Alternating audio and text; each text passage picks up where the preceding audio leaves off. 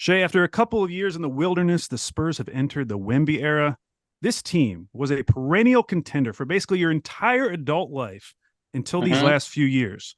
As someone who had been conditioned to watch your team win, did you ever begin to lose hope over these last four seasons? I didn't begin to lose hope, but what did happen was, as you mentioned, all of the years we had Tim Duncan were years that we could win the championship, right?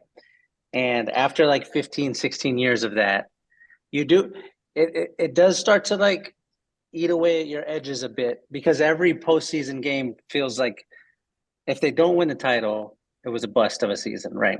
Because we have Tim Duncan on our team. And those expectations, those lofty expectations, they get real heavy after a while. So when Tim left, and all of a sudden we didn't have to win the title anymore for like a year or two, it was real cool. It was like, oh, Hmm. all we have to if we can get to the second round of the playoffs, huge success. Or if we can do, you know what I mean? And so it was fun to not have to worry about trying to win a title again for maybe 2 years. And then after that, I was like, all right, this fucking sucks. Like I want those high stakes games back. So shoot, last year we won 22 games. The year before that it was like 33 or 34. The year before that it was 33 or 34. Like we've been in the low 30s for a couple of years now. And I'm ready. I was so excited when we got Wemby because it felt a lot like if you look at the history of the Spurs, the year before we got David Robinson, we won like around 20 games. And then we got Hmm. David, and the next season we were 56 and 26. And then the same thing happened with Tim. We Dave is out with a back injury, doesn't play all season. We win somewhere around 20 games. We get Tim, we go 56 and 26. And then the same thing happened here. We win like 22 games, and I don't think we're gonna go 56 and 26 next year. I don't think that's there, but 4 or 5 years from now, when we're holding up that trophy again, I'm gonna email y'all and I'm Four or like, remember we five talked about years. this? Remember we talked about this? So Victor Wembanyama, he's unlike any prospect that we've ever seen and is already leading the league in highlights per game in the preseason. What has this experience been like watching Wemby so far? And Oh has my like the God. reality of what you're watching sunk in yet? It hasn't all the way sunk in yet. I think when the season starts and he does something like that in a game, then all right, cool. Like he's done a few things in the preseason now where you're like, holy fucking shit, like this might be real. You know what I mean? Because you don't know Yeah. it's real. Like you watch the clip of him over in Europe dunk the rebound of his own missed three. Like, Yeah. oh my, like nobody that had never happened in the game before, and he did it. This is unbelievable. But there's always a little bit of doubt, right? Especially when we were leading into the draft, because we were like, we're not going to get Wimpy, so let's poke all of the holes in this that we can.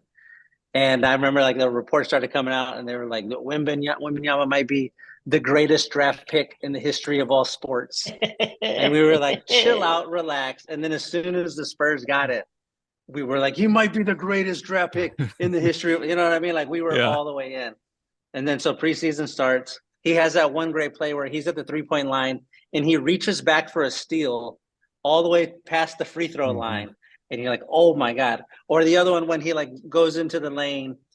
This guy's 7'10", 400 pounds, goes into the lane with his offhand, left hand layup Scoop. around the defender. Oh my Like, gosh. Man. what are we watching? I have no idea. But it's almost impossible to fully capture how excited we are in San Antonio for what hopefully is about to be an all-time run. Like it's Yeah. I was crazy. there. It's I crazy. was there in person for the Wemby Chet game. And when he got That's the magic, ball, magic Chet. bird of our era. Yeah. That's gonna be our magic bird is Chet Yeah, Wemby. with Chet and Wemby, that's right. The crowd, whenever Wemby would get the ball, I'm not joking. It would like come to a hush just because we knew we were about to see something we'd never seen before. It was Right? surreal. It was very strange. Even, I mean, as simple as something like he recovered to Jalen Williams as Jada beat him to the rim, and 99% of the time Yeah. it's a dunk, and he blocks him. And I was flabbergasted for 45 minutes from just that one play. Like I just couldn't even Yeah, believe.